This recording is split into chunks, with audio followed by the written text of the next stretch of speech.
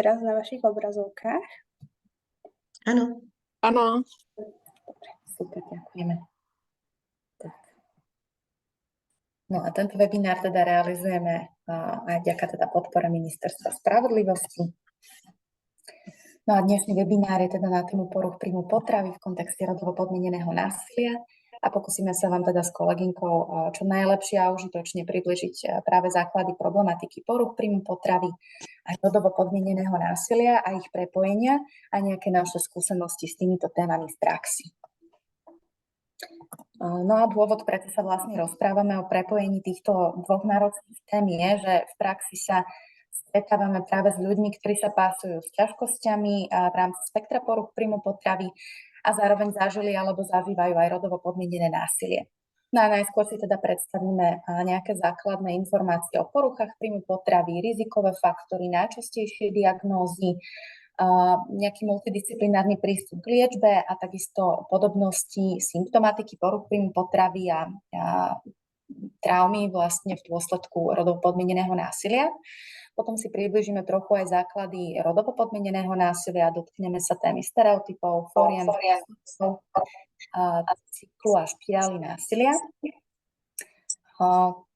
Takisto výskumných východisk k prepojeniu a vlastne poruch príjmu potravy a rodovo podmieneného násilia.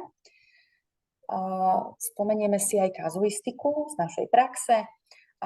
No a budeme sa venovať aj téme vlastne komunikácie s touto cieľovou skupinou v rámci teda odporúčaní do praxe. No a samozrejme je tu aj priestor na vaše otázky. Ak vám v priebehu teda webináru nejaké napadnú, môžete ich kľudne napísať do chatu alebo sa prihlásiť a samozrejme bude na to priestor. A prípadne, ak by ste aj nemali otázky, ale chceli možno zazdieľať nejaké vlastné skúsenosti, postrehy, tak budeme rádi, ak sa zapojíte.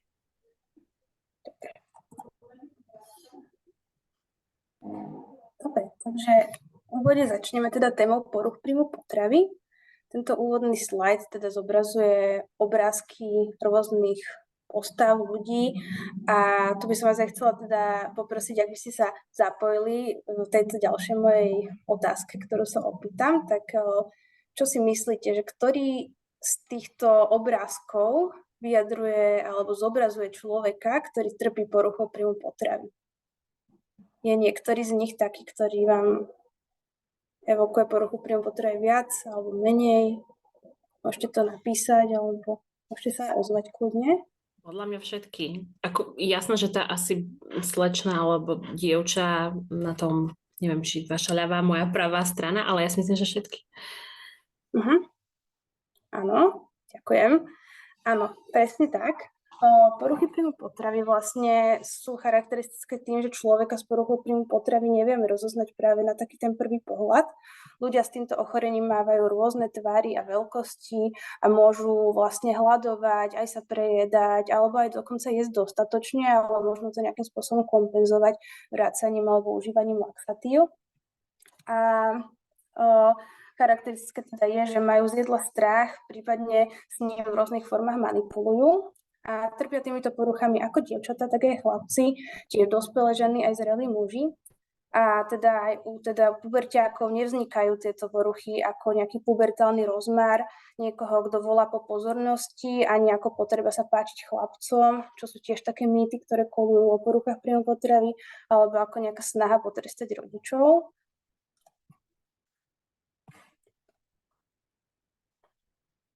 Na tomto slade vidíme teda rizikové faktory rozvoja poruch príjmu potravy, sú zobrazené obrázkami. Ako vidíte, tých rizikových faktorov je viacero.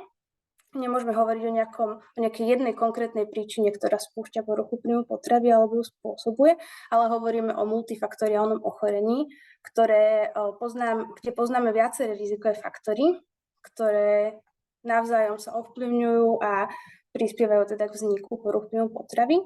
Medzi tieto rizikové faktory patria teda genetické predispozície, potom osobnostné črty, ako napríklad úzkostlivosť, perfekcionizmus, výrazné prežívanie negatívnych emócií, nízka flexibilita, nízke sebavedomie, taktiež prostredie, v rodine napríklad, môže to byť hmotnosť rodičov, ich spokojnosť s vlastným telom, alebo to, ako sa vyjadrujú o svojom tele, ako k nemu pristupujú, ako pristupujú k stravovaniu, stravovacie návyky v domácnosti, história diet v rodine, ale tiež aj taký kriticizmus od rodiny a okolia, šikana zameraná na hmotnosť, body shaming, a tiež tlak na úspech, štíhlosť, krásu alebo výkon a tiež teda prítomnosť násilia, ktorú sme už spomínali aj v tých príkladoch, ako napríklad šikana zameraná na tú hmotnosť, body shaming, čo sú vlastne príklady aj takého psychického násilia. Ďalším faktorom, ktorý môže pôsobiť rizikovo pri vzniku poruch príjmu potravy, sú určité záťažové udalosti v živote, ako napríklad strata blízkeho človeka, ale tiež aj menšie, ale aj také výrazné a ťažko spracovateľné zmeny, tiež narušené vzťahy a trauma. A posledný rizikový faktor, ktorý by som spomenula, je kultúra a konkrétne teda to, ako kultúra vníma ideál krásy. Tento rizikový faktor sa týka možno do väčšej miery žien ako mužov, ale samozrejme sú určité stereotypy pre obidve pohlavia, budeme si o nich potom viacej hovoriť aj pri tom rodovo podmienenom násilí. No a kombinácia tých faktorov spoločne s časom a nejakým spúšťačom v náročnom období, ako napríklad tá strata blízkeho alebo prežitie tej traumy v súvislosti s násilím, o ktorom budeme aj hovoriť, tak môže spustiť toto ochorenie. V puberte napríklad, kedy sa často toto ochorenie rozvíja, tak charakteristické je práve prežívanie veľmi intenzívne takých tých zmien, ktoré súvisia so svojím telom, a ak sa to napríklad spojí aj s takým psychickým násilím v podobe body shamingu alebo kritiky od rodiny a tak ďalej, tak môže to práve prispieť napríklad aj v tomto období k vzniku poruch príjmu potravy.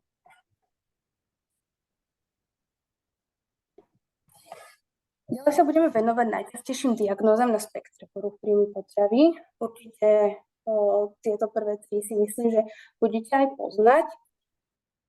Takže prvou poruchou vlastne, ktorou sa budeme zaoberať, je mentálna anorexia, potom mentálna bulimia a záchvatové prejedanie alebo binge eating disorder.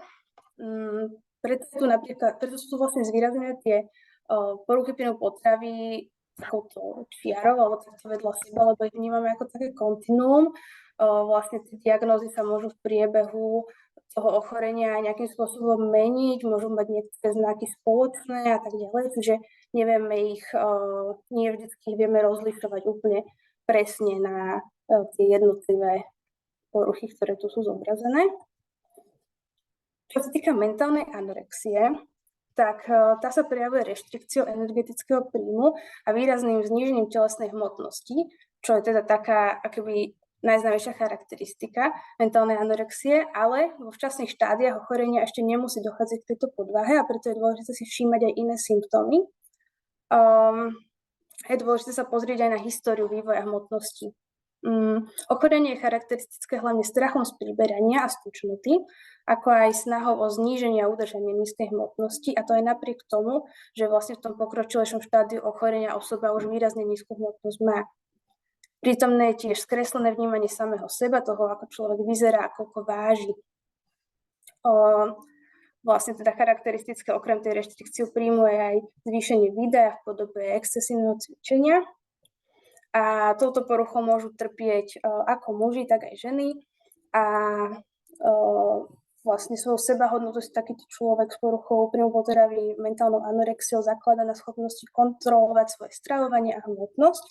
Výrazný je pocit menej cennosti, nedostatočnosti až podporu k samému sebe a pretrváva neschopnosť uvedomiť si závažnosť tohto svojho zdravotného stavu a rizik vyplývajúcich z nízkej hmotnosti, preto je veľmi dôležitá podpora okolia a odborná pomoc. Okrem tých psychologických príznakov, ktoré sme si už vymenovali, existujú aj nejaké varovné telesné príznaky. Okrem tej redukcie hmotnosti si môžeme všimnúť už aj v tých skorších štádiách napríklad únavu, závraty, vypadávanie vlasov, lámavé nechty alebo vynechanie menštruácie u dievčat, taktiež zimomravosť, suchú kožu.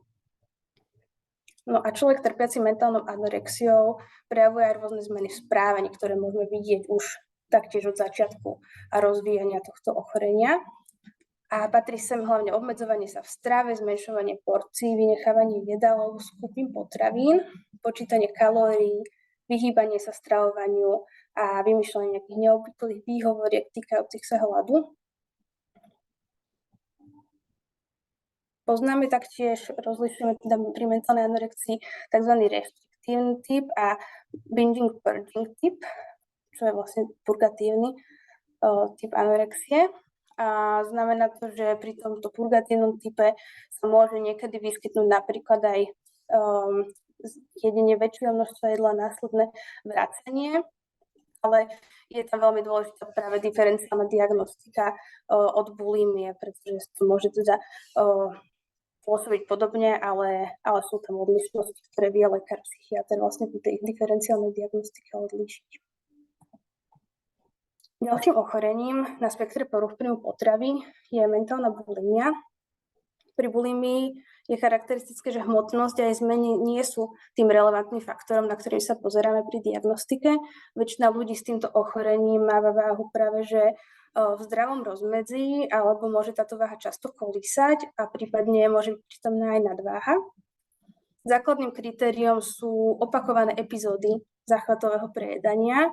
Do nejakých 2 hodín človek konzumuje veľký objem a je pre tento záchvat charakteristická strata kontroly nad sebou a nad tou konzumáciou jedla. Pri bulimii vlastne v snahe zabrániť nárastu hmotnosti a strachu, ktorý prichádza po tomto záchvate, sú typické potom opakované nezdravé kompenzačné vzorce správania. A tieto kompenzačné mechanizmy môžu mať buď reštriktívny alebo purgatívny charakter, čiže môže to byť z toho reštriktívneho hľadovania, ktoré ale je iba také dočasné, alebo tie purgatívne sú teda vracanie alebo užívanie laxatív, nejakým spôsobom zbavenie sa toho jedla, ktoré bolo skonzumované.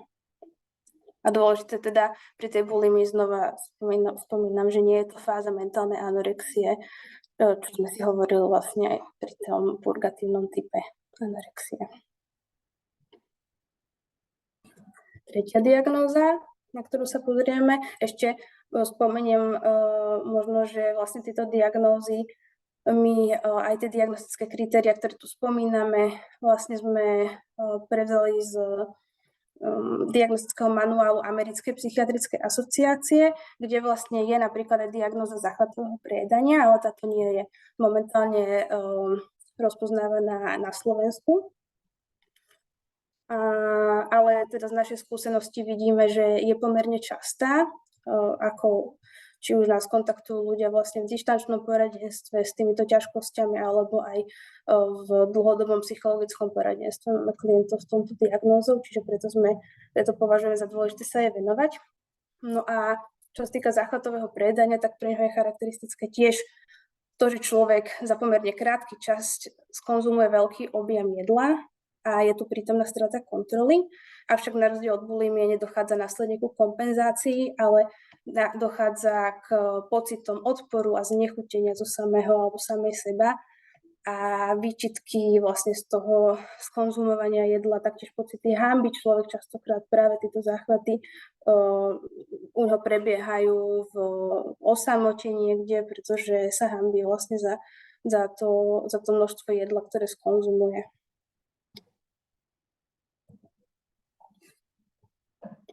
Potom ešte rozlišujeme aj ďalšie poruchy príjmu potravy. Je to kategória ďalších špecifikovaných ochorení na spektre poruch príjmu potravy. Sem spadajú vlastne všetky ochorenia, ktoré nevieme zaradiť presne do niektorého z tých troch, ktoré sme spomínali, ale môžu sa napríklad nejak prelínať tie symptómy alebo nie sú dostačujúce na tú diagnózu samotnej nejakej poruchy. Taktiež poznáme aj diagnózu ARFID, čo je vlastne vyhýbajúca sa reštriktívna porucha príjmu potravy.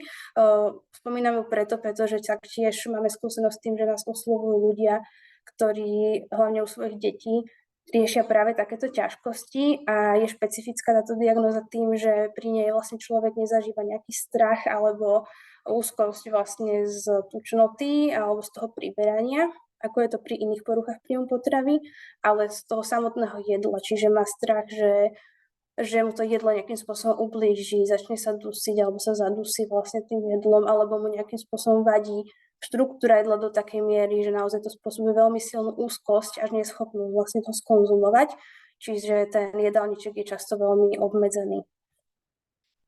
No a potom tu máme ešte dva pojmy, to je ortorexia a bigorexia.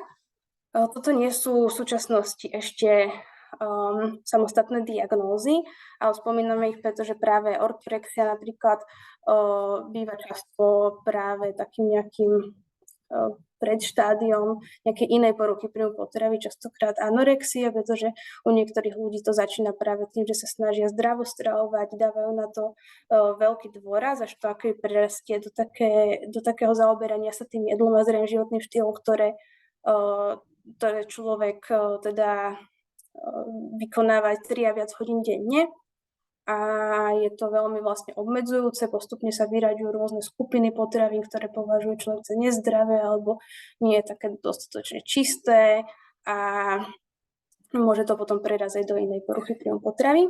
A bigorexiu spomíname v súvislosti s mužskou populáciou, pretože práve u nej je charakteristická tieto ťažkosti, ktoré súvisia s bigorexiou. Vlastne u mužov môže to byť spojené aj s takou svalovou vlastne dysmorfiou, čiže vnímajú, že majú menšie svaly ako v skutočnosti, aké by majú a veľmi sa snažia ich mať čo najväčšie a byť čo najväčší, čo sa týka tej svalovej hmoty. No a pre všetky poruchy príjmu potravy, alebo pre všetky prepája, alebo aj tiež môže to existovať aj samostatne bez tej diagnózy poruchy príjmu potravy a narušený vzťah k jedlu. My vlastne v Chudži sa zaoberáme pomocou ľuďom, aj keď majú tento narušený vzťah k jedlu a nemajú ešte diagnostikovanú poruchu príjmu potravy, pretože vnímame, že ten narušený vzťah k jedlu môže akoby dávať takú zelenú vzniku potom tých poruch príjmu potravy. No a v liečbe sa aj nám v Chudži, ale vo všeobecnosti sa osvedčuje práve multidisciplinárny prístup pomoci, ktorý je zložený z pomoci psychiatrickej, psychologickej, nutričnej a taktiež klientky vlastne môžu navštevovať iných somatických lekárov podľa tých ťažkostí, ktoré sa im spájajú s poruchou príjmu potravy, častokrát práve nejaké gastroenterologické ťažkosti. A teda v spolupráci so psychologom, psychologičkou môže klient lepšie porozumieť tomu svojmu emocionálnemu prežívaniu a baviť sa o témach súvisiacich so vzťahom k sebe samej, a ktorý býva vlastne pri poruchách príjmu potravy narušený. Pardon. A počas nutričného poradenstva zase z nutricionistkou preberie svoje stravovacie návyky, môže sa opýtať vlastne čokoľvek ohľadom výživy a nastavuje sa vlastne tiež to stravovanie. No toto sú také akoby hlavné piliere tej liečby. A keď človek je vlastne už v starostlivosti odborníkov, tak my odporúčame aj využívať ďalšie doplnkové akoby podporné možnosti, ako sú podporné skupiny alebo peer podpora, kde vlastne človek môže načerpať motiváciu a podporu či už od ľudí, ktorí si práve prechádzajú takými podobnými ťažkosťami ako človek s poruchou príjmu potravy, ktorý navštevuje podporné skupiny, alebo tiež v individuálnom peer poradenstve, peer podpore, kde človek, ktorý sa uzdravil z poruchy príjmu potravy, poskytuje práve cez svoj príbeh také dodávanie nádeje a motivácie k liečbe poruchy príjmu potravy.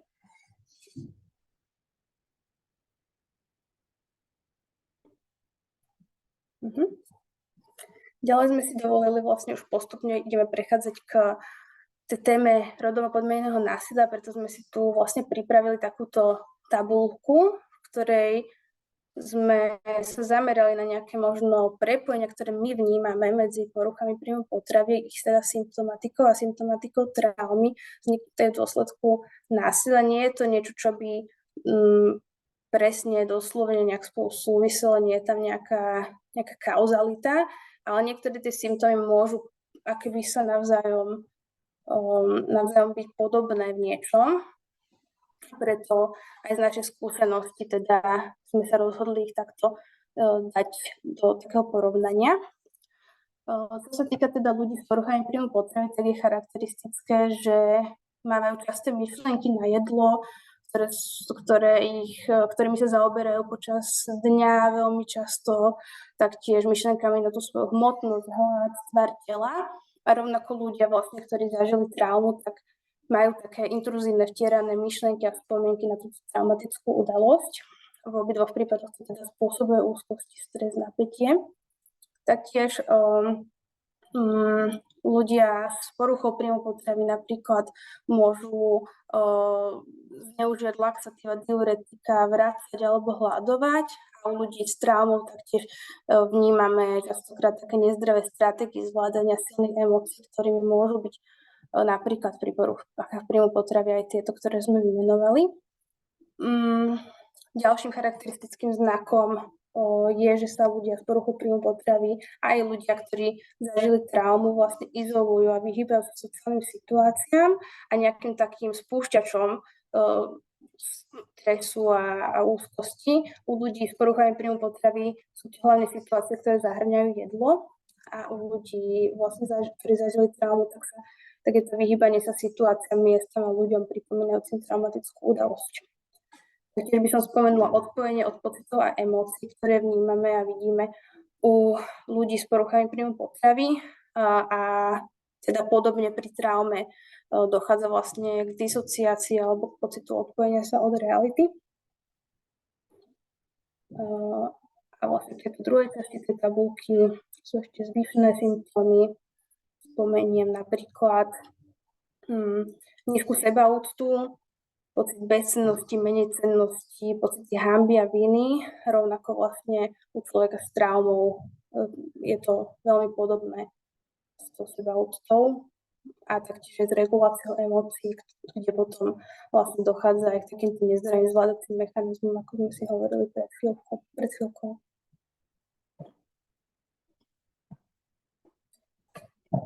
Tak, ďalej sa dostávame teda k téme rodovo podmieneného násilia. Trošku si teda priblížime aj také pojmy. Rodovo podmienené násilie je teda namierené proti žene z dôvodu, že je žena alebo ktoré zasahuje ženy nepomerne viac, a teda zahŕňa činy, ktoré spôsobujú fyzickú, duševnú alebo sexuálnu újmu alebo utrpenie, vyhrážanie sa takýmito činmi, donúcovanie a iné odopieranie slobôd. Vo všeobecnosti by sa teda dalo popísať ako všetky činy násilia, ktoré sú namierené voči určitej osobe z dôvodu jej pohlavia. Samozrejme ide o porušovanie ľudských práv, zákazu diskriminácie a zásady rovného zaobchádzania. A od iných foriem násilie sa rodovo podmienené násilie líši práve tým, že pohlavie obete nie je náhodne nejako vybrané, ale veľmi cielene. Rodovo podmienené násilie sa ďalej môže odohrávať v akomkoľvek prostredí a to je odlišné od domáceho násilia, ktoré sa odohráva práve v prostredí domova. Zároveň domáce násilie je násilím jedného alebo viacerých členov domácnosti namierené voči inému členovi alebo členom domácnosti a teda predpokladá blízky vzťah medzi tým násilníkom a obeťou a zároveň môže prebiehať teda nielen medzi partnermi, ale aj vo vzťahu napríklad rodič, dieťa a podobne. Dalo by sa teda povedať, že rodovo podmienené násilie je taký širší pojem, pod ktorý sa dá ako keby schovať to domáce násilie a domáce násilie, respektíve pojem domáceho násilia. A pojem domáce násilie je zase širším pojmom, ktorý ako keby zastrešuje aj partnerské násilie. Často sa ako synonymá domáceho násilia používajú práve pojmy ako partnerské násilie alebo násilie v partnerských alebo intimných vzťahoch, či násilie páchané na ženách, avšak vnímame, že každý z týchto pojmov môže zdôrazňovať trošku iný aspekt násilia.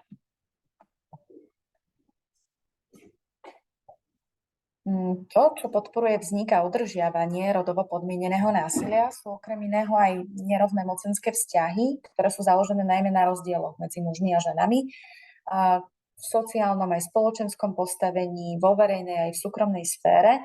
A tento typ násilia teda vnímame ako hlboko zakorenený v sociálnej a kultúrnej štruktúre, normách a hodnotách spoločnosti.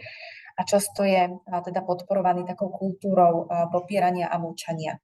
Preto na jeho vzniku a udržiavaní majú svoj podiel aj rodové stereotypy a rodové roly. Čo sa týka stereotypov, dá sa teda povedať, že máme v sebe zakorenené myšlienky o nemennej maskulinite a femininite, čiže mužskosti a ženskosti. A tie maximálne zjednodušujú a škatuľkujú mužskosť a ženskosť a vytvárajú také nerealistické obrazy a očakávania a zidealizované vzory, ktoré sú premietané do všetkých aspektov ľudského fungovania. A teda rodové stereotypy sú zjednodušené, idealizované, často nereálne a nerealizovateľné obrazy o mužskosti a ženskosti a fungujú ako nejaké vzory vo všetkých oblastiach života. A vytvárajú nám teda akúsi predstavu toho, ako má správny muž alebo správna žena fungovať, vyzerať, správať sa a podobne. A v týchto narratívoch sme častokrát aj vychovávaní a snažíme sa im často aj priblížiť a ich dosahovanie sledujeme aj u ostatných cez nejaké porovnávanie sa a posudzovanie. No a v duchu týchto stereotypov sú tak mužom napríklad pripisované vlastnosti ako aktivita, dominantnosť, sila, racionalita, rozhodnosť, citový chlad, čo sa trošičku spája vlastne aj s tým obrazom vigorexie, ako o ňom hovorila Sophie. A takisto ženám sú zase v rámci týchto stereotypov pripisované vlastnosti ako pasivita, podriadenosť, emotivita, empatia, láskavosť, ochota trpieť alebo obetavosť. No a na základe stereotypov práve častokrát hovoríme vo vetách tie slova, že takto je nám to prirodzené, normálne, takto je to od prírody dané mužom a ženám a podobne. V kontexte poruch príjmu potravy je často stereotypnou predstavou aj to, že ženy by mali vedieť vždy a za každých okolností kontrolovať a ovládať samých seba, a to vo všetkom. A napríklad v emóciách to môže znamenať nedávať ich najavo, čo ale môže vyústiť práve v manipuláciu s jedlom ako dôsledok nejakej neschopnosti narábať s vlastnými emóciami iným spôsobom. Výrazné sú aj stereotypy v školskom prostredí. A štandardnými sú také presvedčenia, že dievčatá sú tie poctivejšie, usilovnejšie, že lepšie dokážu vyhoviť požiadavkám učiteľov a učiteľiek, že sú tzv. Menej problémové v porušovaní nejakých nastavených pravidiel. A toto všetko vychádza, alebo teda je pripisované v rámci týchto stereotypov, že vychádza z tzv. Ich prírodzenosti, ale ako by sa opomínal pritom taký vplyv výchovy. No a od malička sa v dievčatách teda pestuje, že musia byť usilovné, poslušné, vyhovieť očakávaniam a teda, že ako keby od prírody a od prirodzenia v úvodzovkách sú teda poslušné a poctivé a tak ďalej. Zároveň sa teda ako keby pripisuje, že majú väčšie nadanie na humanitné predmety, na rozdiel od chlapcov, ktorým sa pripisuje zase väčšie nadanie na prírodovedné predmety. Takisto v správaní dievčat a chlapcov sú zaužívané nejaké stereotypy, napríklad aj to, že dievčatá sa ľahšie teda uzmierujú, prispôsobujú a chlapci sú zase viacej vedení k takému seba presadzovaniu. A preto sa dá vlastne predpokladať,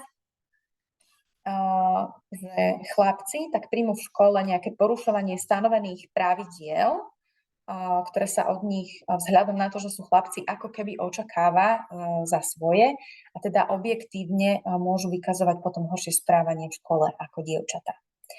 No a mnohé rodové stereotypy nejakým spôsobom môžu vplývať aj na vznik, rozvoj alebo udržiavanie poruch príjmu potravy. Napríklad spomínané dodržiavanie pravidiel. Mnohé dievčatá s poruchami príjmu potravy vnímajú ako zásadné, pričom niekedy narazíme aj na to, že ak vždy a za každých okolností sa riadia stanovenými pravidlami, dochádza k emočnému pretlaku a ako keby jediným spôsobom, ako robiť veci tzv. Po svojom a nie podľa pravidiel ostatných, sa zdá byť to, že sa napríklad prejedia. A to sa môže diať aj pravidelne. A tá klientka môže potom popisovať, že v takýchto situáciách sa konečne cíti aspoň na chvíľu uvoľnená, slobodná. Dobre. Ďalej sa dostávame teda k formám násilia. Opäť existujú viaceré. Tak klasické sú teda fyzické, psychické, sexuálne, sociálne, ekonomické násilie. Fyzické násilie teda zanecháva spravidla nejaké viditeľné stopy vo forme telesných poranení, sú to rôzne formy násilného zaobchádzania, sacania, kopania a tak ďalej, rôzneho ubližovania, nápadania až po vraždu a častokrát postupne dochádza teda k stupňovaniu tohto fyzického násilia. Psychické násilie niekde je označované ako emocionálne alebo neviditeľné a častokrát ho násilník teda používa s cieľom dokázať, že problém sa nachádza v tej obeti, v tom druhom a nie v ňom a snaží sa tak vlastne častokrát zbaviť zodpovednosti za vlastné činy. No a sem spadá slovné aj citové týranie, vydieranie, ktoré je zamerané na systematické devastovanie pocitu vlastnej sebahodnoty aj sebavedomia, aj psychického zdravia v podstate toho človeka a najčastejšie sa prejavuje formou nejakých nadávok, zosmiešňovaním, ponižovaním, vyhrážaním, kritizovaním, manipulovaním a podobne. Sexuálne násilie to obsahuje v podstate akúkoľvek nanútenú sexuálnu činnosť, v podstate už od sexuálneho obťažovania až po de facto znásilnenie. Ďalej teda máme sociálne násilie, ktoré primárne zahŕňa kontrolu a obmedzovanie sociálnych kontaktov, nejakú sociálnu izoláciu.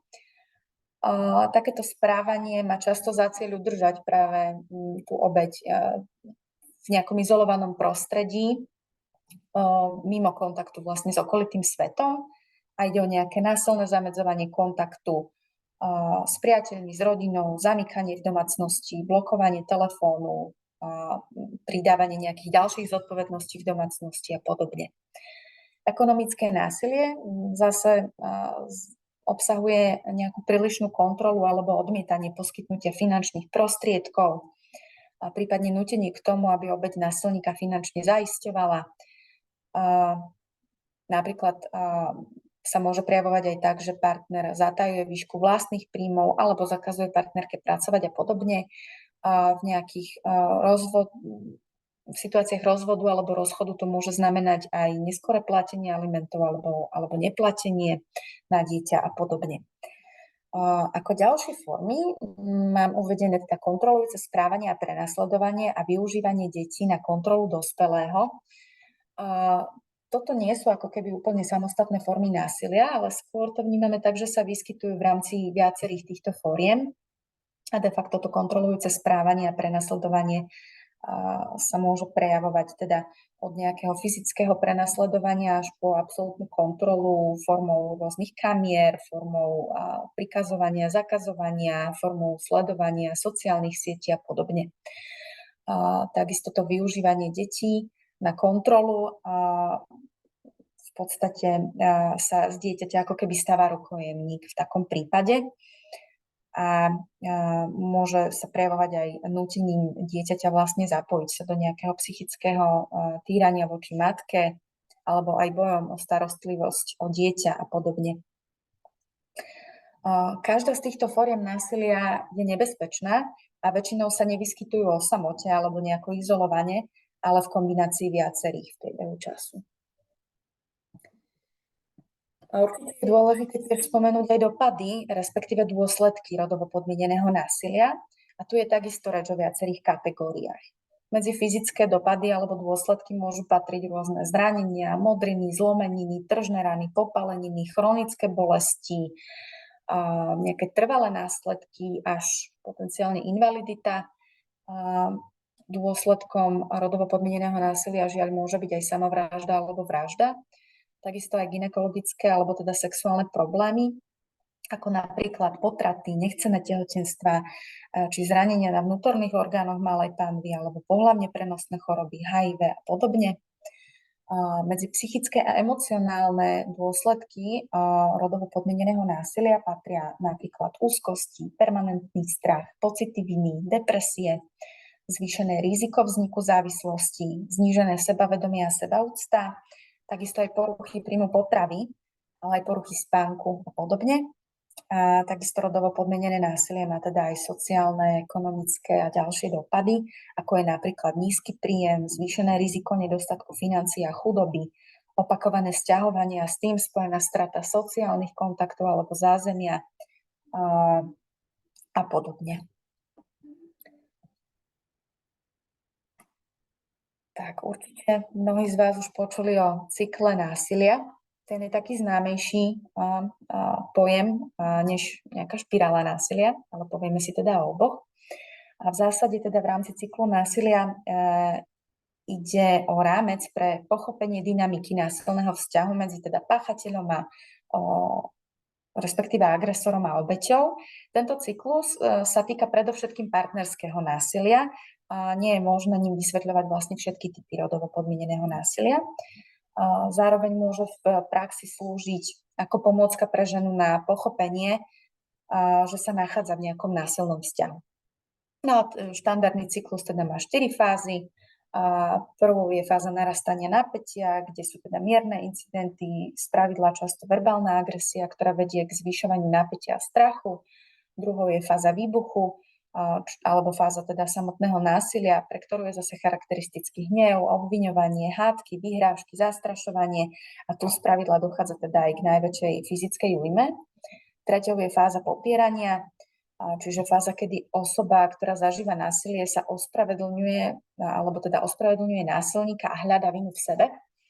Bagatelizuje svoje potreby, uverí násilníkovým slovám, že je neschopná, hlúpa, bláznivá, šibnutá a tak ďalej. No a štvrtou je fáza medových týždňov, keď dochádza k ospravedlňovaniu sa sľubom zo strany násilníka, že násilie sa už nezopakuje, že sa zmení voči žene, že zmení svoje správanie a že už sa to nikdy nestane a podobne. Ale nemusí vždy prichádzať takáto ako keby zidealizovaná tá forma tých medových týždňov. Niekedy môže nastávať iba ako keby obdobie bez napätia alebo bez násilia. Prípadne sa môže, čím viac sa opakuje ten cyklus násilia, môže táto fáza úplne vynísnuť. No a takto popísaný cyklus jasne vysvetľuje a popisuje tie situácie násilia a špecificky partnerského. Má ale aj svojich kritikov a kritičky. No a jednou z nich je práve autorka tej špirály násilia, ktorú vidíte vlastne aj na obrázku vedľa. Autorka pritom vychádza teda z austrálskeho 7-fázového modelu cyklu násilia. Podstatou, či už pri cykle alebo pri špirále násilia je, že jednotlivé fázy sa opakujú a časový úsek medzi nimi sa skracuje. A prakticky platí, že čím dlhšie sa cyklus opakuje, tým viac sa žena ako keby zamotáva do toho násilia a tým ťažšie je pre ňu z tohto cyklu, respektíve špirály, vystúpiť samej. No a oveľa viac je ako keby potrebnejšia v tejto fáze už potom pomoc aj zvonku. Model špirály sa viacej orientuje na to, čo sa deje so ženou aj z hľadiska jej prežívania v tom násilnom vzťahu. Čím dlhšie sa ako keby v špirále točí, tak tým viac negatívnych presvedčení o sebe zvonku a teda od toho násilníka preberá a tým viac svojich pozitívnych presvedčení o sebe postupne stráca. Netýka sa to len presvedčení, ale žena postupne, alebo teda tá obeť postupne v rámci takéhoto násilného vzťahu stráca aj záujmy, koničky, prácu a tak ďalej. Môže toho strácať naozaj veľa a čím dlhšie vlastne v tej špirále násilia sa ako keby točí, tým viac toho môže strácať. Autorka teda ponúka túto špirálu nielen ako nejaký model, ale aj ako terapeutickú techniku a tým pádom tie jednotlivé pojmy, ktoré tam vidíte vypísané v rámci tej špirály, nemusia byť fixné, ale práve je to na tej žene alebo tej obeti samotnej, aby si to doplnila sama, čo všetko vlastne ako keby vníma, že strátila a následne sa s tým môže pracovať. V tomto vnímame podobnosť aj s rozvojom poruch príjmu potravy, pretože rovnako aj tu platí, že čím dlhšie človek sa pasuje s tou poruchou príjmu potravy sám, tak tým viac ako keby sa zamotáva do toho ochorenia, až môže teda prerásť v chronické ochorenie. No a vtedy je už takmer nemožné, aby sa z toho človek dostal bez nejakej externej pomoci a zároveň sa z človeka s poruchou príjmu potravy postupne stáva ako keby niekto iný. Je tam výrazný fokus na jedlo, na chudnutie, na cvičenie a ako keby nezostával úplne mentálny priestor na nejaké ďalšie záujmy častokrát.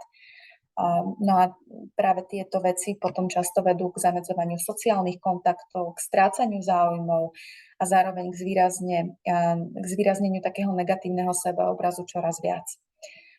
Postupne pritom teda ľudia s poruchami príjmu potravy môžu strácať ako keby časti svojho ja ako napríklad pocity slobody, seba dôveru, ale aj dôveru v ostatných ľudí, energiu, nádej na zlepšenie a podobne.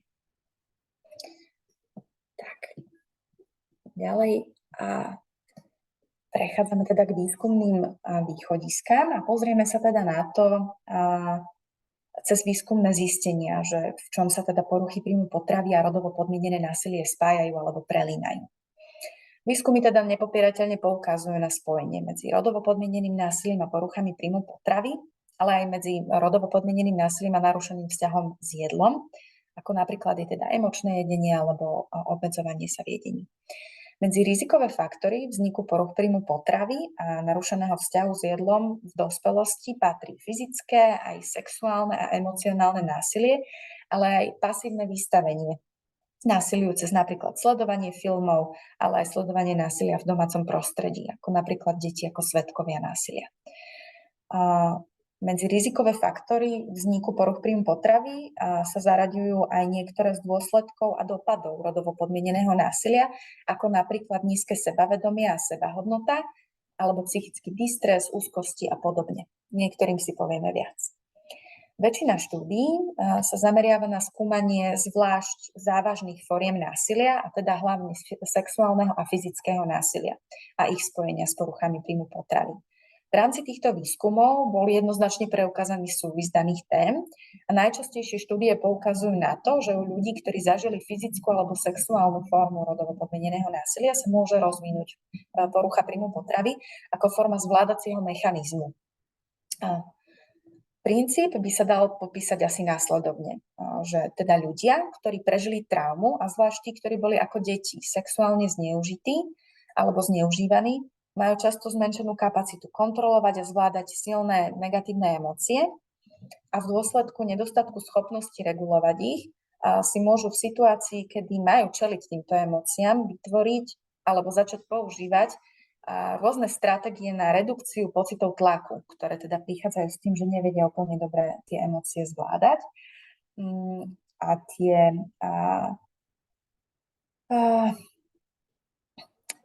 Tie prichádzajú teda s cieľom zmierniť, rozptýliť, otupiť alebo upokojiť teda vnútorné preťažujúce pocity. A takéto stratégie môžu mať mnoho foriem, napríklad zneužívanie návykových látok, sebapoškodzovanie, ale aj kompulzívne sexuálne správanie, agresia alebo prejedanie a rôzne očistné mechanizmy, napríklad aj zvrácanie, užívanie laxatív, diuretik a podobne. A vzhľadom na to sa teda dá predpokladať, že poruchy príjmu potravy ako následok traumy slúžia na tlmenie bolesti, vyrovnávanie sa so psychologickým distresom v súvislosti s viktimizáciou, potlačenie a disociovanie sa od traumatických spomienok a vyvolávajú tiež zmeny nálad. Ďalším faktorom, ktorý vstupuje do vzťahu medzi poruchy príjmu potravy a rodovo podmienené násilie, je sebavedomie a sebaobviňovanie. No a ukázalo sa, že sebavedomie a sebaobviňovanie ovplyvňuje vzťah medzi sexuálnym násilím a poruchami príjmu potravy. Sexuálne násilie bolo spojené so znižujúcim sa sebavedomím a znižujúce sa sebavedomie zase predpokladá aj výraznejšiu symptomatiku poruch príjmu potravy. Zároveň po zážitku sexuálneho násilia často klesá sebavedomie a zvyšuje sa sebaobviňovanie a to sa spája s narastajúcim psychologickým distresom, čo sa tiež spája s viac závažnými symptómami poruch príjmu potravy. Čiže napríklad ženy, ktoré vinia svoj fyzický vzhľad, respektíve seba a to, ako vyzerajú za násilie, ktoré zažili, sa môžu v snahe predísť ďalším podobným incidentom snažiť upraviť svoj zovňajšok a teda v podstate svoju postavu, tvár a veľkosť, tak, aby predišli vlastne nejakým ďalším situáciám podobným. Vo všeobecnosti sa dá teda predpokladať, že s vyšším výskytom symptómov poruch príjmu potravy medzi ženami v spoločnosti môže vzrastať aj pravdepodobnosť, že budú reagovať na zážitky sexuálneho násilia, ale aj stresujúce životné udalosti vo všeobecnosti zameriavaním sa na upravovanie svojho vzhľadu a zovňajšku. Podobne bolo výskumne preukázané aj to, že existuje prepojenie medzi sexuálnym obťažovaním a symptómami poruch príjmu potravy. Možným vysvetlením je, že poruchy príjmu potravy pomáhajú obetiam sexuálneho obťažovania uvoľniť sa otupiť alebo utišiť negatívne emočné stavy a disociovať sa od traumatických spomienok. Čiže podobne ako pri sexuálnom násilí, to funguje vlastne aj pri sexuálnom obťažovaní.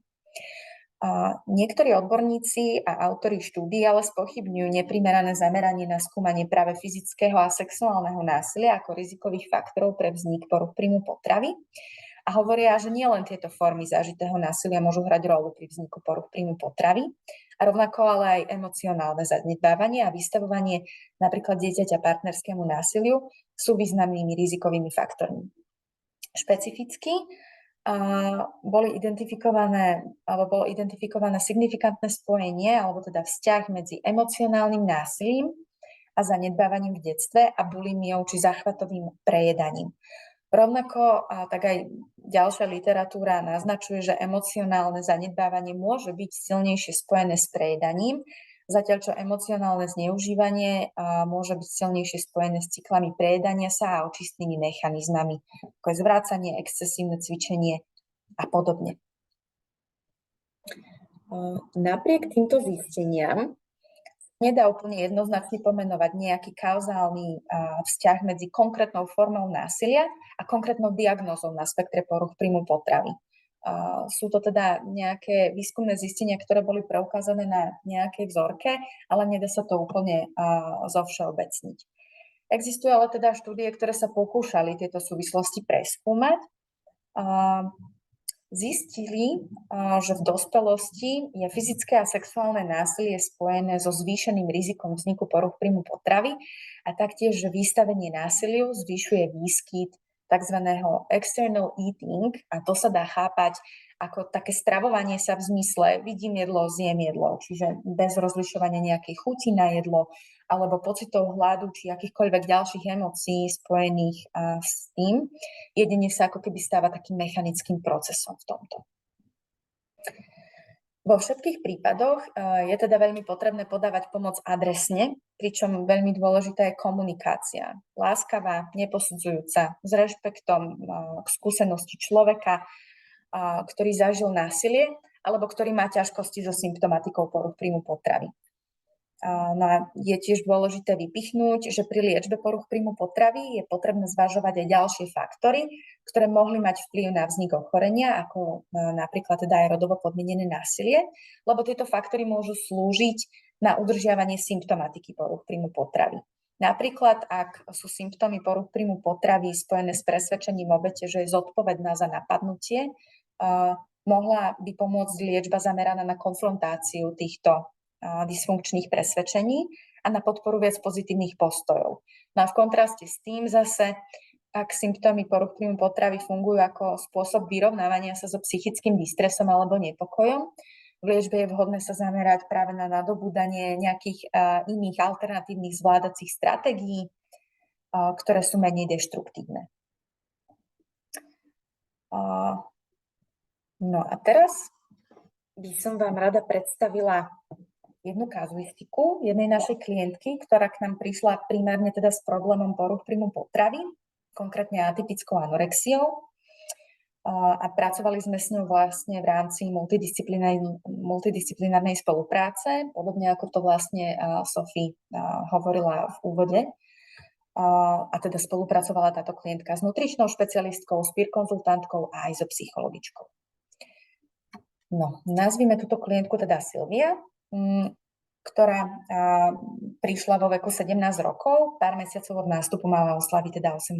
narodeniny a ešte pred tou návštevou u nás, alebo teda pred začatím liečby u nás, navštívila aj psychiatričku, takže prišla aj s diagnózou atypickej mentálnej anorexie. V anamnéze má tiež suicidálne myšlienky, vynechávanie jedál, fokus na váhu a chudnutie a depresiu. Na prvom psychologickom stretnutí sa zverila, že doma ako dieťa zažívala fyzické tresty, bitky od otca, ktorý často komentoval aj to, ako vyzerá a že by mala schudnúť. Teraz sa už bitky niekoľko rokov nedejú, ale pretrvávajú vyhrážky, zastrašovanie, trestanie tichom, neustále hádky doma a citové vydieranie voči Silvii aj voči jej mame. Otec má zároveň zhoršené zdravie už niekoľko rokov a teda už nie je natoľko fyzicky silný a Silvia s mamou si o neho robia starosti. Počas prvých stretnutí bola Silvia na niekoľko týždňovom pobyte u tety a s rodičmi bola v kontakte len minimálne. A teta poskytla Silvii fyzickú a emocionálnu podporu. Bolo to prostredie, kde sa cítila naozaj bezpečne, čo ju motivovalo hovoriť aj o tom, čo sa doma deje. A už počas prvých týždňov spolupráce tá symptomatika poruch príjmu potravy výrazne ustúpila. Silvia bola veselšia, taká živšia, dokázala sa viac zameriavať na prežívanie prítomných okamihov aj na budúcnosť a dokázala zaradiť do jedálnička pravidelné stravovanie. Vrátane teda jedál, ktorým sa predtým vyhýbala alebo ich vnímala ako nebezpečné. Zistila, že tak má viacej energie aj na cvičenie, ktoré ju bavilo, a jedla dostatočne, aby mohla 2 až 3 krát do týždňa trénovať pod dohľadom vlastnej trénerky, ktorá má znalosti aj v oblasti poruch príjmu potravy. Fokus na váhu sa výrazne zmenšil a rovnako sa zmiernili aj suicidálne myšlienky. Takmer vôbec už o nich nehovorila. Po návrate domov si veľmi chcela tento progres udržať, sama vnímala, že sa cíti oveľa lepšie a darilo sa jej to niekoľko dní. No potom sa opäť začali častejšie objavovať aj suicidálne myšlienky, rovnako aj zabúdanie na jedlo a sťahovanie sa zo sociálnych kontaktov, aj výraznejšie depresívne ladenie. Silvia sa teda cítila horšie, čo si vyčítala, a to ju zamotávalo ešte viac do tzv. Čiernych myšlienok a negatívneho prežívania seba aj svojho okolia. Navyše bola doma opäť vystavovaná teda psychickému násiliu zo strany otca. Bolo tam napäté prostredie, opäť trestanie tichom, časté hádky, kumulovaný stres všetkých členov rodiny a toto všetko sa vlastne ako keby točilo. Spoločne sme teda so Silviou pomenovali, že symptomatika poruch príjmu potravy, ktorá sa u nej objavuje, jej pomáha zvládať ťažké situácie doma a primárnym problémom je domáce násilie. Sama si všímala a hovorila o tom, že pri zmene prostredia takmer spontánne ustupovala symptomatika anorexie, no po návrate domov sa opäť zvýraznila. Silvia pomenovala aj to, že seba je zvyknutá dávať na posledné miesto a dôležitejšie je pre ňu pomôcť všetkým ostatným vrátane otca. Tento postoj voči sebe spravidla ešte viac posilňuje udržiavanie symptomatiky poruch príjmu potravy. Počas našich stretnutí som Silviu počúvala a podporovala v tom, že to, čo robí, je najviac ako dokáže. A ťažko sa jej počúvalo a stotožňovalo s tým, že to, čo sa doma deje, vlastne nie je jej vina a že so správaním otca nevie nič urobiť. Niečo z toho prijala, niečo nie, to je dlhý proces, ale uvedomila si, že nedokáže liečiť úspešne a natrvalo svoju anorexiu, kým sa vracia do domáceho prostredia, kde prebieha násilie a ona sa tam necíti bezpečne. V istom bode, teda spolupráce, bolo dôležité pomenovať situáciu ako násilie, jednak pred Silviou, ale aj pred jej mamou, keďže Silvia nemala ešte 18 rokov. Na viacerých stretnutiach som ju odkazovala aj na centra, kde sa špecializujú na prácu s ľuďmi, ktorí zažili alebo zažívajú rodovo podmienené alebo aj domáce násilie. A po niekoľkých týždňoch sa odhodlala kontaktovať nejaké centrum a dohodnúť si tam stretnutie. Spolupráca stále pokračuje, ale teda dôležitým krokom je, aby mala Silvia dostatok podpory a priestor, kde sa bude môcť cítiť bezpečne. A v tomto prípade je pre liečbu poruch príjmu potravy nevyhnutným krokom riešiť situáciu násilia, ktorá sa doma deje. Tento prípad je špecifický aj tým, že klientka sa hneď v úvode spolupráce zverila s tým, že doma prebieha intenzívne fyzické násilie a stále prebieha psychické násilie zo strany otca. Taktiež aj tým, že bolo možné sledovať rýchlo zlepšenia, zmiernenia v symptomatike poruch príjmu potravy pri zmene prostredia. Klientka dokázala získať čiastočný náhľad na svoju situáciu a čerpať z neho aj po svojom návrate domov. Nedá sa ale povedať, že by toto bolo pravidlom u všetkých klientov, ktorí takto prichádzajú. Stáva sa tiež, že história toho násilia sa odhalí až neskôr v procese poradenstva. No a v takých situáciách môže byť účinnejší zase iný postup. Tak či onak najdôležitejšia je komunikácia a tej sa budeme venovať vlastne aj v následujúcej časti.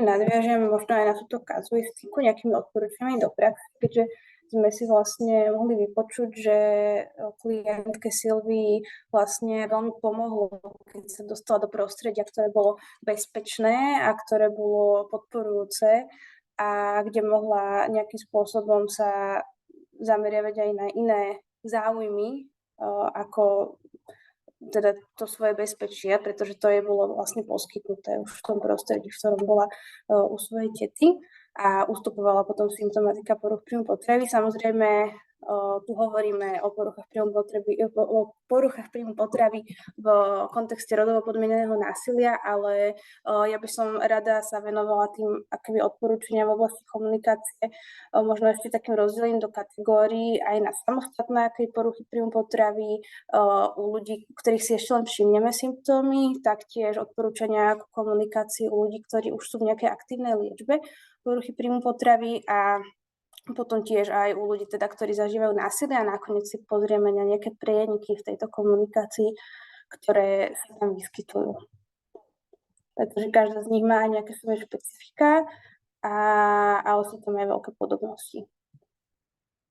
Takže čo teda robíš v prípade, ak v prípade, keďže tu máme učiteľov alebo školských psychológov, ale aj teda iných ľudí z oblasti pomáhajúcich profesí, tak čo robí teda, keď si všimneme symptómy poruch príjmu potravy, o ktorých sme si hovorili v začiatku tohto webináru svojho žiaka, žiačky, klientky, klienta, ako im môžeme pomôcť. Čiže takým akým prvým krokom, to už ste aký spravili aj tým, že ste sa prihlásili na tento webinár a zúčastnili ste sa ho, je, že si zistíte čo najviac informácií o poruchách príjmu potravy. Môžete na to využiť našu webovú stránku, môžete na to využiť linku pomoci, kde vám taktiež ochotne poskytneme informácie, či už aj o tejto komunikácii, o ktorej sa tu rozprávame, aj o edukácii v oblasti poruch príjmu potravy, liečby a tak ďalej. A tiež rovnako na e-mailovej poradni. Ďalším krokom, veľmi dôležitým, je vytvoriť bezpečné a dôverné prostredie a dať človeku pochopenie, porozumenie a prijatie. A dôležité teda nesúdiť, ale skôr počúvať a budovať si spolupracujúci vzťah. Samozrejme, tým, že ste tu ľudia z pomáhajúcich profesí, tak určite veľa týchto bodov aj vám bude známych a blízkych a určite ich využívate vo svojej praxi, ale teda považujeme za dôležité ich spomenúť. Ďalej je dôležité sa zaujímať o to, ako sa klientka alebo klient cíti, čo prežíva, čo ich potrebovali, čo ich teší a čo naopak trápi. A nemusí to týkať len ťažkosti v súvislosti s poruchami príjmu potravy práve v začiatkoch, pri tom vytváraní si tej dôvery a toho bezpečného prostredia je dobré naozaj sa zameriavať na toho človeka ako celok, jednoducho rozprávať sa o jeho záujmoch, o jeho pocitoch, celkovo nejakých jeho vzťahoch, či už kamarátskych, rodinných. Samozrejme, vedie nás ten klient tým, čo nám chce povedať a čo nám nechce povedať. A dôležité je ukázať teda týmto ľuďom, že sme tu pre nich a môžu sa nás dôveriť so všetkými pocitmi.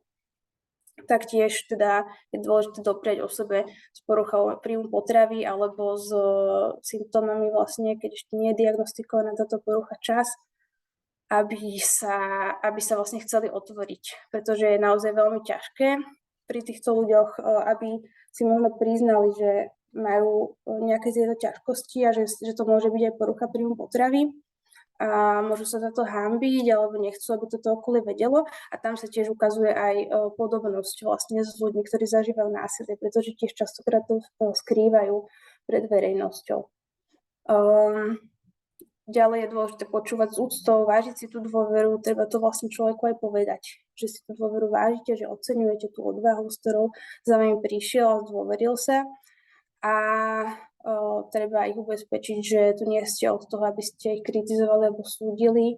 A ďalej, taktiež keď vlastne popisujete možno nejaké svoje starosti od toho človeka alebo hlavne tú symptomatiku, keď už ideme do nej, do tej symptomatiky poruch príjmu potravy, tak sa osvedčuje používať tzv. Ja-výroky. Znamená to, že hovoríte za seba, hovoríte o tom, čo si vy všímate, ale teda nesúdite toho druhého človeka, nevyčítate mu to jeho správanie v súvislosti s jedlom ale používate výroky ako napríklad záleží mi na tom, aby si bola v bezpečí, alebo aby si bola zdravá, alebo že sa o nich bojíte možno vyjadriť teda aj tie svoje pocity, byť v tom úprimný, ale bez toho, aby ste vyčítali, aby ste nejakým spôsobom zranili človeka s poruchou príjmu potravy.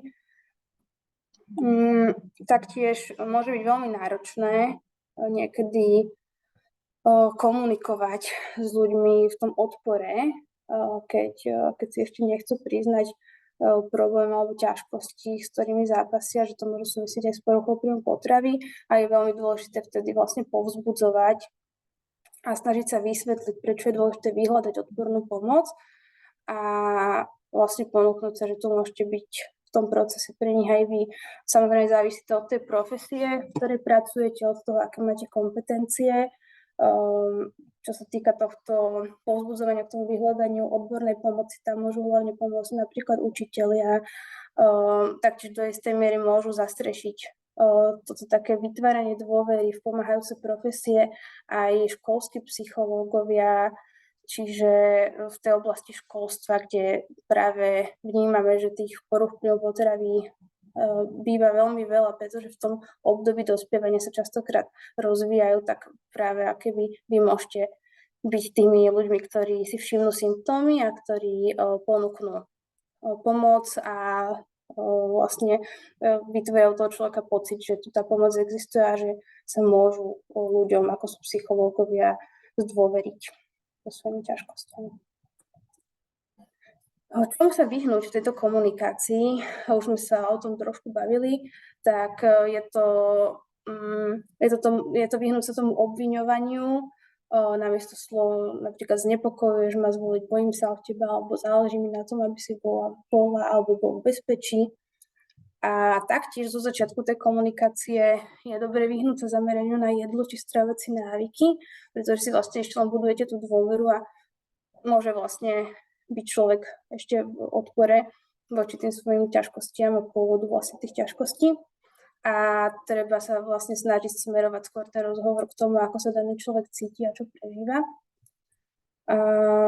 Taktiež teda tomu vyhnúťu sa výčitkám, manipulácii tými výčitkami, sme si už tiež hovorili, a taktiež rozhodne nie je vhodné sa vyhrážať, vlastne akéby podmieňovať to jedenie alebo uzdravovanie sa nejakými trestami alebo vlastne odoberaním nejakých obľúbených vecí a tak ďalej. Ako som spomínala, tak ďalšou kategóriou sú ľudia v aktívnej liečbe poruch príjmu potravy. Tu už sa teda bavíme väčšinou o tom, že samozrejme stále ten človek môže byť ešte v tom odpore, keď už má tých svojich odborníkov, ktorí už s ním vlastne pracujú na tom uzdravovaní aj teda napriek odporu. Ale je veľmi dôležité snažiť sa týchto ľudí vnímať tak, že tá choroba vlastne nie je ich neoddeliteľnou súčasťou, ale choroba nebola, nie a nebude súčasťou osoby tohto človeka, je iba dočasne súčasťou života. Dovolte vlastne pri školskom prostredí žiakovi alebo žiačke dodržiavať nastavený stravovací režim aj napriek tomu, že sa prekrýva so začiatkom alebo koncom vyučovacej hodiny. Samozrejme, to je veľmi individuálne, čiže treba k tomu aj tak individuálne pristupovať. A buďte trpezliví a chápaví, pretože ľudia s poruchami príjmu potravy zažívajú vlastne celý rad rôznych aj protichodných emócií a myšlienok. Vlastne je to celý taký zápas so svojou vlastnou hlavou, ktorá na jednej strane hovorí o tej potrebe chudnúť alebo odopierať si jedlo, kompenzovať, ale na druhej strane už keď je človek v tej liečbe, tak keby niečo ho tam motivovalo, čiže chce sa uzdraviť, čiže keby nejaká tá jeho zdravá časť mu hovorí proste, že mu záleží na tom zdraví, čiže akoby táto protichodnosť je tam veľmi evidentná a môže to byť náročné zvládať ako pre toho človeka samotného, aj pre jeho okolie. Čiže je dobré si byť toho vedomý a aj vedomý si toho, že cesta k uzdraveniu je dlhá a prináša aj neúspechy. Taktiež je dôležité, aby ste komunikovali s okolím, s rodinou a s kolegami, s tou rodinou, teda aj v súvislosti s klientmi alebo žiačkami teda konkrétne pri deťoch a potom aj o tých potrebách vašich, aby ste mali priestor, kde to môžete nejak dostať zo seba von. A v tomto by som spomenula aj našu linku pomoci, kde môžete taktiež aj vy zavolať, pretože ste vlastne dôležitou súčasťou pomoci ľuďom s poruchami príjmu potravy, ak s nimi prídete vlastne do kontaktu. Čiže táto linka je to aj pre vás, aby ste sa mohli možno aj tak vyventilovať alebo porozprávať o tom, čo prežívate v tejto roli toho vlastne pomáhajúceho profesionálky. Čo robiť v prípade vlastne, ak žiak alebo žiačka alebo klient popisujú alebo zažívajú násilie, zdôveria sa vám s tým, že zažívajú násilie alebo popisujú situácie, ktoré oni síce sami neoznačujú ako násilie, ale tieto situácie vykazujú známky násilia. Dôležitý je taktiež citlivý, trpezlivý prístup, neponáhľať sa a neprerušovať výpoveď, hlavne keď opisuje človek vlastne nejakú tú traumatickú udalosť alebo traumatický zážitok v súvislosti s násilím. Určite akoby nehodnotíme, neriešime, či je to pravdivé, nepravdivé, alebo nejakým spôsobom to neinterpretujeme a nesnažíme sa to vysvetliť. Dôležité je vtedy vlastne, keď už si aj získame dôveru človeka a tak ďalej, tak vlastne pomenovať to domáce násilie a jeho neakceptovateľnosť. Čiže pomenovať, že toto je násilie, čo sa tomu človeku deje, ale uistiť ho, že za to násilie nenesie zodpovednosť ona vlastne, alebo on ako obeť, ale ten páchateľ nesie tú zodpovednosť. A taktiež vlastne ako aj pri tých poruchách príjmu potravy, tak aj pri násilí je dôležité obeti násilia vlastne prejaviť záujem a solidaritu verbálne a neverbálne.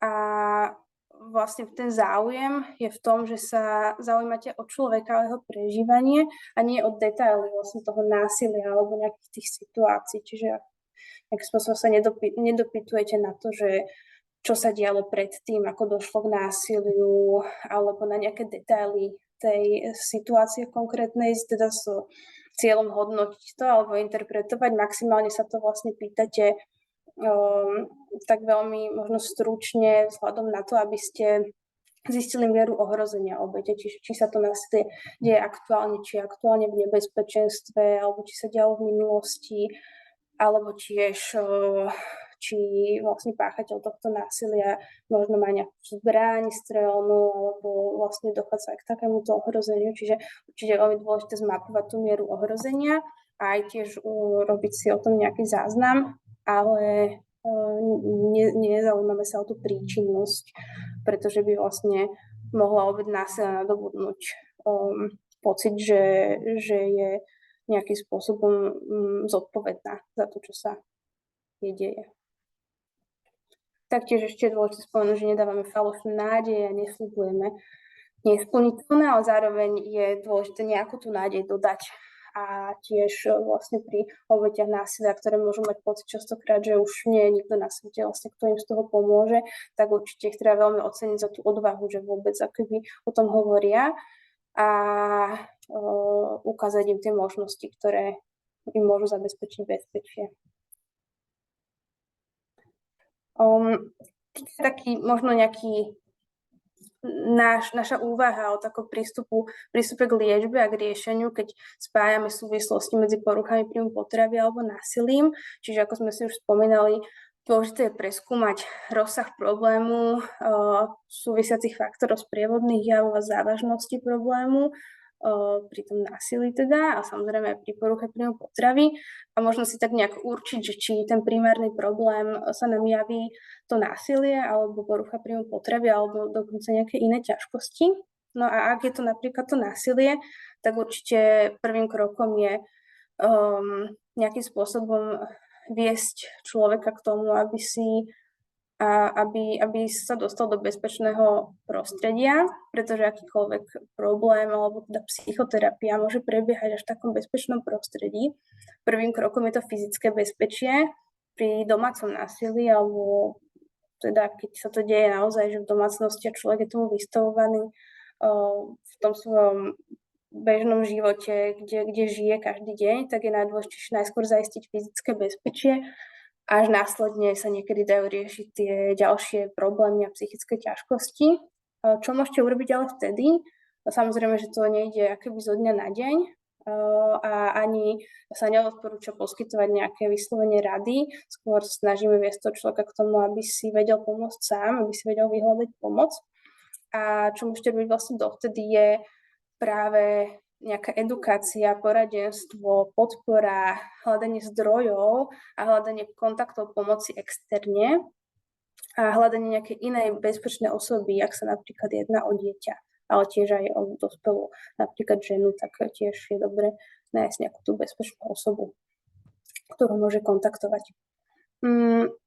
A druhý krok, už keď vlastne sa človek dostane do toho fyzického bezpečia, tak môže prísť k tomu psychickému bezpečiu, môže nadobúdať vlastne pocit vnútorného bezpečia a vtedy je možné začať pôsobiť aj terapeuticky a pracovať napríklad na liečbe traumy alebo na odstraňovaní symptomatiky poruch príjmu potravy. No a ako som spomínala, tak nakoniec si vlastne tejto časti prejdeme také tie spoločné znaky, to sú tak v stručnosti v týchto bublinkách vyjadrené, je to hlavne to prejavenie záujmu človeka, ako celého človeka, nezaujímame sa vyslovene o nejaké tie konkrétne detaily násilia alebo konkrétne detaily poruchy príjmu potravy, skôr o takéto celkové prežívanie a necháme sa viesť tým, kam nás ten človek pustí. Tiež teda na to nadväzuje bezpečné prostredie, budovanie dôvery, to bezpečné prostredie aj v kontexte násilia, ako sme si hovorili na predchádzajúcom slajde, ale taktiež vo všeobecnosti v tej komunikácii jednoducho vytvoriť to bezpečné prostredie tým, že nebudeme na človeka tlačiť, budeme počúvať a tým si budeme budovať dôveru. Taktiež si tú dôveru budujeme aj tým oceňovaním a tým, že oceňujeme to, že sa rozhodol daný človek vyhľadať pomoc, zdôveriť sa nám a to ocenenie môže byť také posilňujúce veľmi, lebo to naozaj môže byť človek, ktorý to nepočúva často o svojho okolia, čiže toto vnímajú ľudia aj teda z našej skúsenosti ako veľmi pozitívne. A teda hľadanie zdrojov taktiež predurčuje potom toho človeka k tomu, aby dokázal lepšie zvládať také záťažové situácie alebo vlastne emócie, pocity súvisiace so symptomatikou poruchy príjmu potravy alebo traumy. Taktiež dôležité potvrdzovať emócie. Pri tom násilí je to napríklad veľmi dôležité, ak niekto hovorí o traumatickom zážitku a plače, vlastne tak je dôležité nechať ho aj vyplakať a zdôrazniť mu, že má na to právo a že je to vlastne jeho reakcia, ktorá je normálna a je to reakcia na nenormálnu situáciu, ktorá sa mu deje. Rovnako teda potvrdzujeme emócie aj u ľudí s poruchami príjmu potravy, pretože, ako sme si spomínali, môžu byť veľmi protichodné a je to veľmi náročné vlastne sa s nimi vyrovnávať. Trpezlivý prístup tak možno celé zastrešuje, dopriať dostatok času človeku a kompetencie sú tu vlastne z toho dôvodu, že je potrebné zisťovať vlastne tie informácie ako odborník a poznať aj nejaké svoje hranice, že čo môžem ja poskytnúť vo svojej úlohe, vo svojom zamestnaní, kde siahajú tie moje kompetencie, pretože naozaj sa jedná pri poruchách príjmu potravy sa jedná o teda závažné psychiatrické ochorenie, čiže tam je dôležitá aj tá diagnostika od psychiatra a celkový manažment tej liečby, čiže si treba uvedomiť tie svoje kompetencie. Taktiež ohľadom nutričného poradenstva tiež neposkytujeme ho ako psychológovia alebo učitelia. alebo sociálni pracovníci, jednoducho smerujeme toho človeka na odborníka z tejto oblasti. A taktiež násilie, je to veľmi citlivá téma, čiže pokiaľ napríklad sa necítime v tom kompetentne, tak sa vrátime k tomu, že poskytujeme hlavne takéto podporné poradenstvo a prejavujeme záujem, potvrdzujeme emócie a snažíme sa s človekom hľadať tie možnosti, na koho sa môže ďalej obrátiť. Čo sú samozrejme veľmi dôležité úlohy. Keby treba si uvedomiť, že nemusíme všetko hneď akoby my vyriešiť, ale už len toto, že nasmerujeme toho človeka alebo edukujeme ho v tej téme, alebo ho nejakým spôsobom príjmeme k tomu, že si uvedomí, že toto, čo sa mu deje, vlastne nie je v poriadku, tak to vie veľmi pomôcť. Je to základ. No a ešte by som sa vyjadrila aj ku komunikácii s rodičmi, pretože to je napríklad teda to, čo robíme v Chuť žiť, hlavne napríklad na linke pomoci alebo pri psychologických konzultáciách, ktoré prebiehajú takú formu psychoedukácie.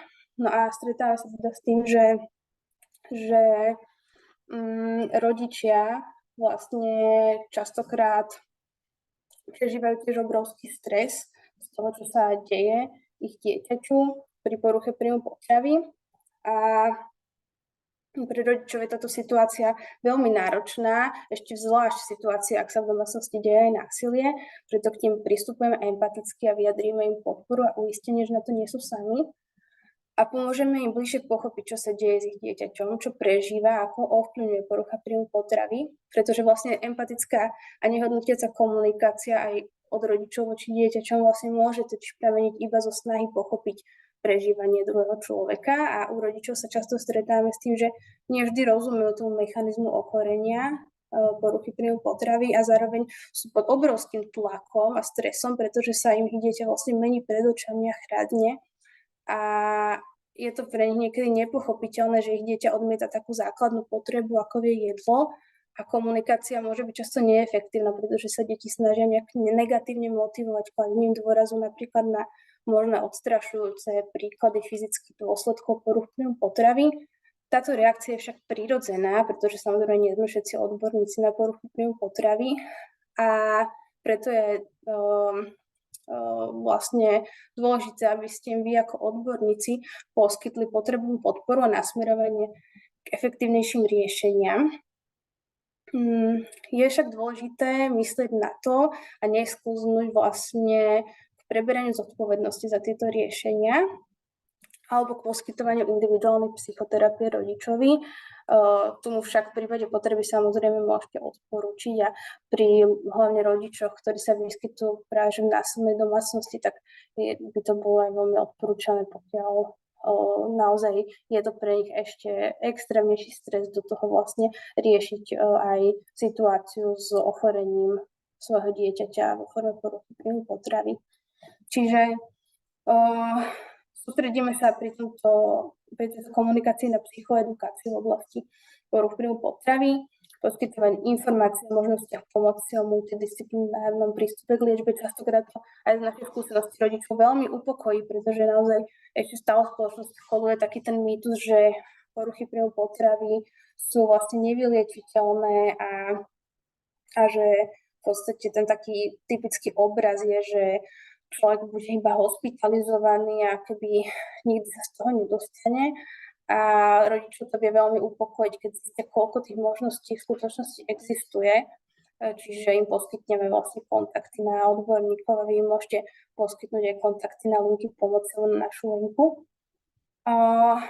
Taktiež im poskytnete odporúčania, ako komunikovať s dieťaťom v domácnosti a na to teda samozrejme sa tam aplikujú mnohé z tých odporúčaní v komunikácii, ktoré sme si hovorili aj pred chvíľkou, ale my sme vlastne v Chuť vypracovali aj také pracovné listy pre rodičov, máme tiež aj webinár pre rodičov, čiže môžete ho odkázať na všetky tieto zdroje vlastne, kde sa rozoberá aj komunikácia, alebo taktiež na linku a e-mail.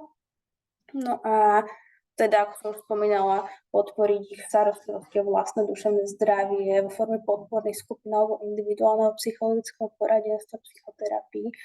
No a keď sme sa rozprávali v kontexte násilia, tak keď vlastne ideme informovať rodičov ohľadom poruchy príjmu potravy dieťaťa, čo je veľmi citlivá téma pre to dieťa, tak je dobré vlastne poskytovať tieto informácie takzvanému tomu bezpečnému rodičovi v tej domácnosti, ktorý teda nie je ten, ktorý pácha násilie. A taktiež treba vlastne hovoriť o tom s tým dieťaťom, že budete hovoriť s rodičmi a prípadne sa opýtať, či chce byť tam prítomné a tak ďalej. No a keďže teda celý tento webinár sa zameriava na poruchy príjmu potravy v kontexte rodovo podmieneného násilia, ktoré je pre obete traumatizujúce, tak sme sa rozhodli aj v našej organizácii absolvovať vzdelávanie, ktoré zvýši kompetencie našich psychologičiek pre prácu s traumou. No a absolvovali sme v rámci tohto projektu, v ktorom je aj tento webinár, vlastne 4-dňový intenzívny výcvik v metóde TIR, čo je skrátka pre Traumatic Incident Reduction. A táto, alebo teda znižovanie nejakej také symptomatiky traumatických udalostí. A táto metóda spĺňa podmienky pre bezpečnú prácu s ľuďmi, ktorí zažili traumu. Dáva dôraz na vytváranie bezpečného, nehodnotiaceho prostredia a hľadanie zdrojov v živote klienta alebo klientky. A poradca, ktorý sa v rámci využívania tejto techniky nachádza v pozícii tzv. Facilitátora, vytvára bezpečné prostredie, v ktorom klientka alebo klient môže hovoriť o traumatických zážitkoch bez toho, aby ich facilitátor akokoľvek interpretoval, hodnotil alebo spochybňoval ich pravdivosť, čo sú vlastne všetko tie znaky teda vhodnej komunikácie s človekom, ktorý zažil traumu. Na záver sme si ešte pripravili niektoré kontakty na linky pomoci sociálno-právne poradne. Teda linka pomoci Chuť žiť je naša linka, kde zároveň teda okrem telefonickej linky funguje aj e-mailová poradňa, pracujú tu psychologičky, funguje v pondelky a stredy od 10. do 18., útorky, štvrtky a piatky od 10. do 16. Toto je teda telefónne číslo, nájdete samozrejme aj na webe, tu je e-mail a poskytujeme tu teda poradenstvo hlavne v oblasti porúch príjmu potravy. Taktiež na webe si nájdete všetky vlastne veci, s ktorými vieme pomôcť, všetky témy, ktorým sa venujeme, od tých akutných stavov u ľudí s poruchami príjmu potravy, kedy môžu zavolať, vyventilovať sa, využiť vlastne tú linku na upokojenie, až po vlastne naozaj tú psychoedukáciu rodičov alebo dokonca aj odborníkov, ako sú napríklad učitelia, školskí psychológovia, sociálni pracovníci.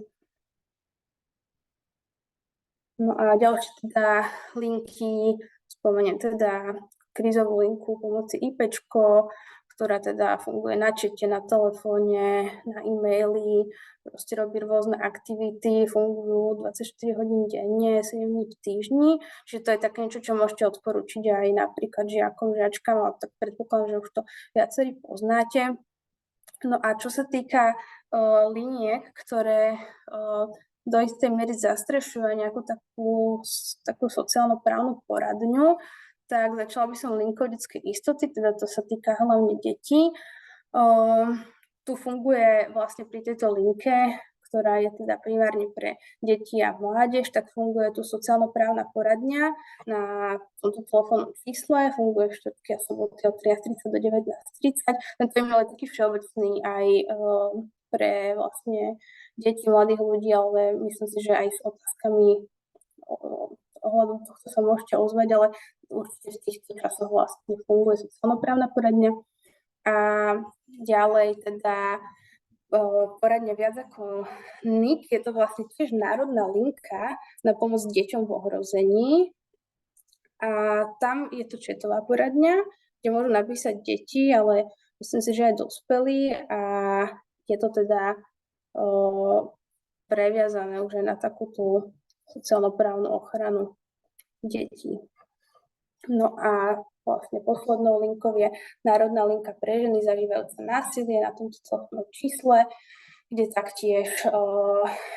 taktiež sa môžete ozvať aj vy, ak sa chcete niečo opýtať na túto tému, alebo teda samozrejme vaše klientky, ktoré sa vám zdôveria s tým, že zažívajú násilie, alebo si to všimnete v tom, o čom hovoria a odporúčite im teda poradiť sa, tak môžu využiť túto linku, kde im taktiež vedia poskytnúť aj nejaké informácie ohľadom ďalšieho poradenstva, či už nejakého právneho alebo sociálneho, alebo ohľadom nejakých bezpečných ženských domov, azylových domov, vlastne,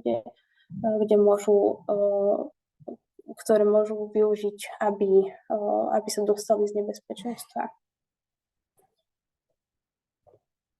No a dostali sme sa k priestoru na